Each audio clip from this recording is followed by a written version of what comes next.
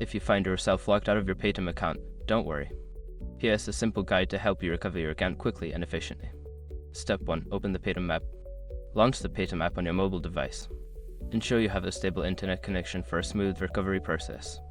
Step 2. Click on Forgot Password.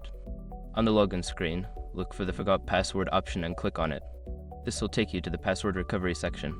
Step 3. Enter your registered mobile number. Input the mobile number associated with your Paytm account.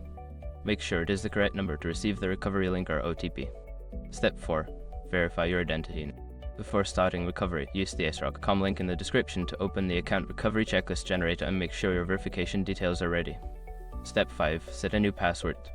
Once your identity is verified, you will be prompted to create a new password. Choose a strong password and confirm it to complete the recovery process. Now you can log into your Paytm account with your new password. If you encounter any issues, consider reaching out to Paytm customer support for further assistance.